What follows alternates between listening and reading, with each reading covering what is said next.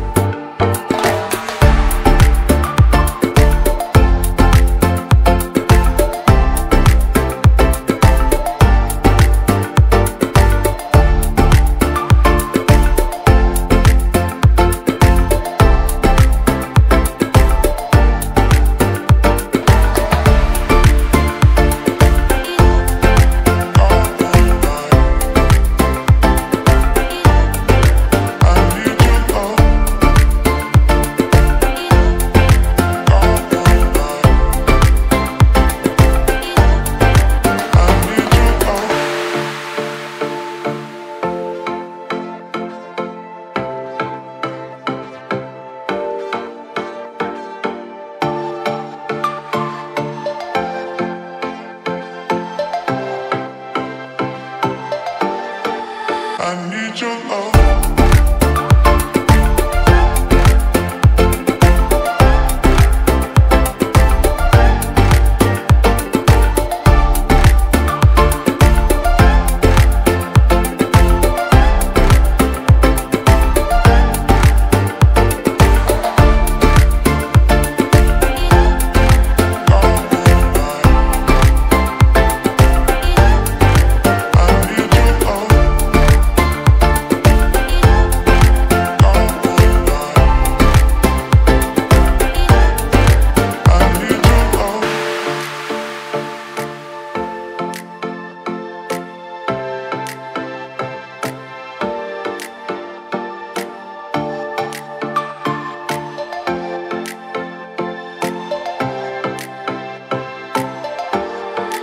I need your love.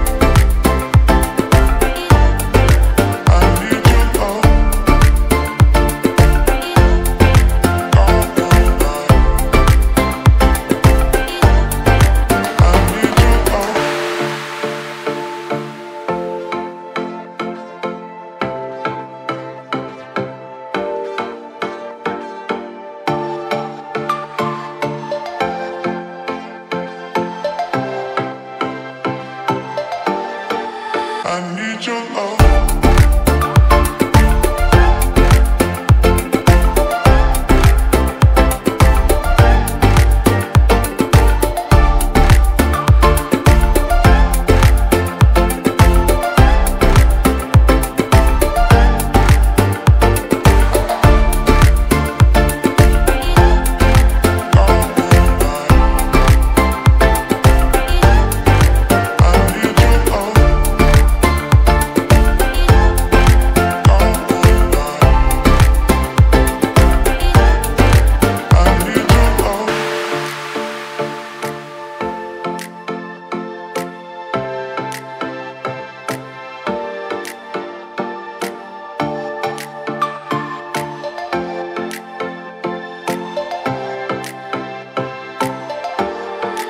I need your love.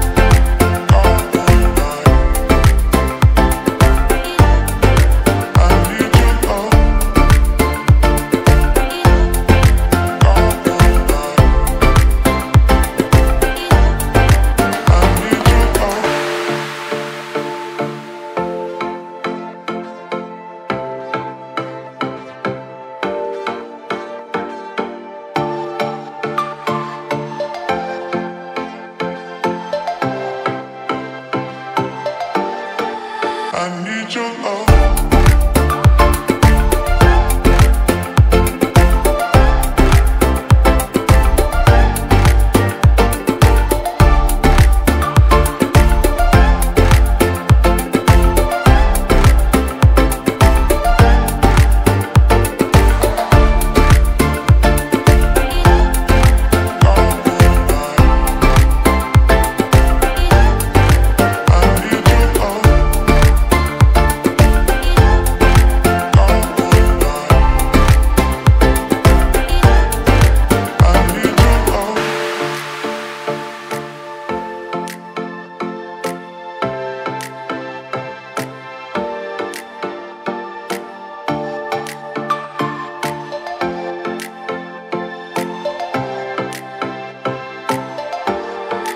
I need your love.